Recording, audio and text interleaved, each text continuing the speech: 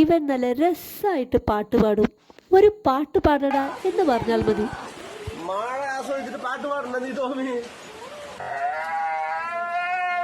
ആ ആ ആ ആ പാട് പാട്.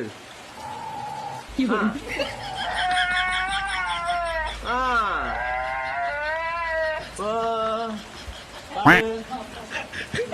അടുത്ത വരി എന്താണ് ആലോചിക്കണേ? അടുത്ത വരി സംഗമനസ്സിൻ അതാണാ അതാണാ ആസ്വദിച്ചിട്ട് ആലോചിക്ക്. കിട്ടിയ വരി കിട്ടിയ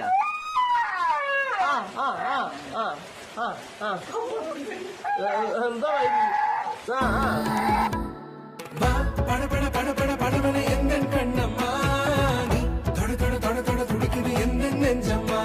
നല്ല കുട്ടി. എന്തായാലും പാടാൻ പറയുമ്പോൾ അവൻ പാടുന്നുണ്ടല്ലോ.